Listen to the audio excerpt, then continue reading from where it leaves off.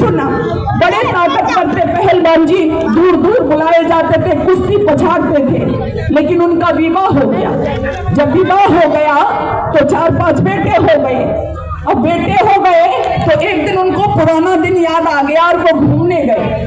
पहले क्या होता था कि पहलवान जी जब घूमने जाते थे तो जिस वृक्ष को चाहते उस वृक्ष को उखाड़ देते थे, क्योंकि शरीर में बहुत ज्यादा ताकत थी।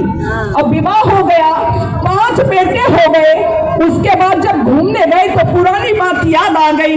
अब बात याद आई तो पेड़ से एक को देखा कि इसको उखाड़ के देखता हूँ, लेकिन पेड़ उखाड़ने की तो बात ही छोड़ो, पहलवान जी उल्टा उस पर लटके रह गए। बड़ा गुस्सा आया, वापस घर आए, आकर के अपनी पत्नी पर बड़े नाराज हुए।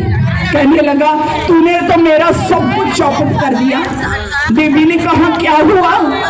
कहने लगे कि जब पहले मैं घूमने जाता था तो पूरे पेड़ को उखाड़ देता था, लेकिन आज जब गया तो हिलने की तो बात छोड़ो, मैं ही लटका रह गया। देवी ने बड़ी सुंदर बात कही।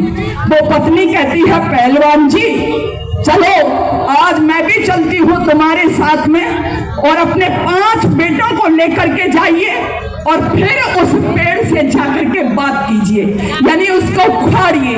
पहलवान जी ने ऐसा ही किया, अपने बेटों को साथ में लिया और साथ में लेकर के उस पेड़ के पास में आए। तो जैसे ही 5 बेटे और स्वयं ने उस पेड़ से हाथ लगाया तो पेड़ जड़ समेत उखड़ आया।